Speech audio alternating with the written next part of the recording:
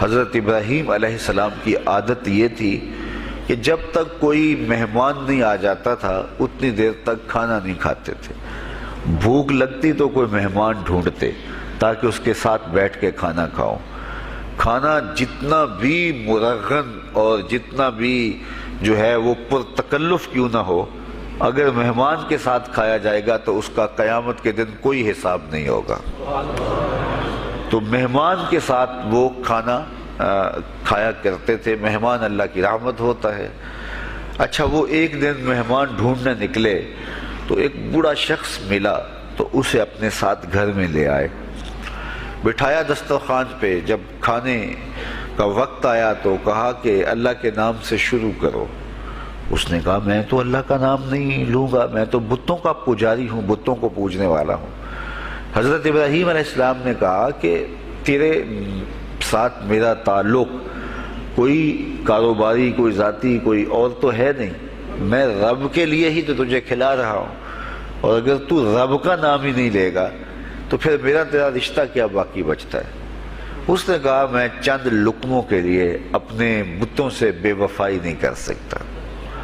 وہ غالب نے کہا تھا نا کہ وفاداری بشرط استواری اصل ایمان ہے، مرے بت خانے میں تو کعبے میں گاڑو برہمن کو۔ اس نے اپنے انداز میں ایک بات کی تھی کہ وفاداری بڑی چیز ہوتی ہے، تو اس نے بتوں سے وفاداری کا بھرم رکھا۔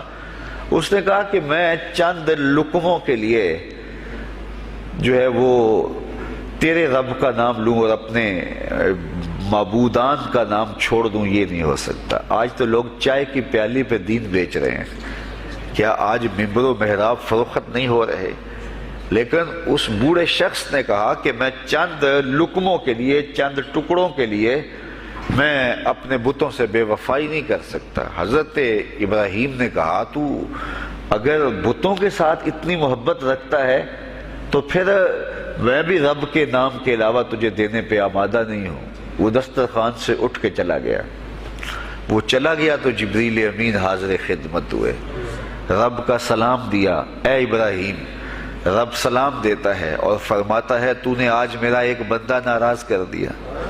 یا اللہ، وہ تیرا بندہ تھا، اس کو تو تیرا نام لینا بھی گوارا نہیں تھا۔ کہا ابراہیم اس کی عمر کتنی ہوگی؟ یا اللہ 80 سال کے قریب ہوگی۔ کہا اتنا عرصہ ہو گیا میں اس کو رزق دے رہا ہوں، تو ایک دن نہیں کھلا سکا۔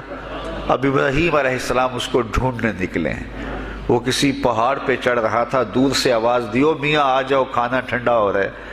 اس نے کہا تم تو بڑے سخت تھے، لہجے میں، رویے میں تبدیلی کیسے آ گئی؟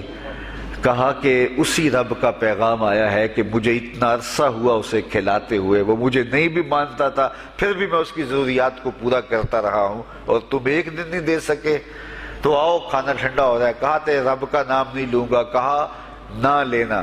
کہا اتنی تبدیلی؟ کہا اسی رب کا سندیس آیا ہے، اسی رب کا پیغام آیا ہے۔ کہا پھر کھانا بعد میں کھاؤں گا، پہلے اپنے رب کا مجھے غلام بنا لے۔ تو کوئی مانے اس کو بھی دیتا ہے، کوئی نہ مانے اس کو بھی دیتا ہے، بلکہ دنیا کے اوپر کافروں کو زیادہ دیتا ہے۔ ایک روایت میں آتا ہے کہ اگر اہل ایمان کی دلجوئی کا لحاظ نہ ہو تو کافروں کے گھروں کی سیڑھیاں سونے اور چاندی کی ہوں، لیکن یہ کہیں گے ہمیں تو مار ہی دیا ہے۔ اور اقبال نے کہا تھا نا کہ کافر کو دیے حور و قصور اور مومن کے لیے فقط وعدہ حور۔ تو اس لیے ان کی دلجوئی ہے، ورنہ کافروں کو اتنا دور، چونکہ ان کا حصہ آخرت میں نہیں ہے، ان کا حصہ صرف دنیا ہے۔ دنیا پہ عیش کریں، دنیا پہ عیش و عشرت کی زندگی گزارے، دنیا ہی دنیا، آخرت میں ان کا کوئی حصہ نہیں۔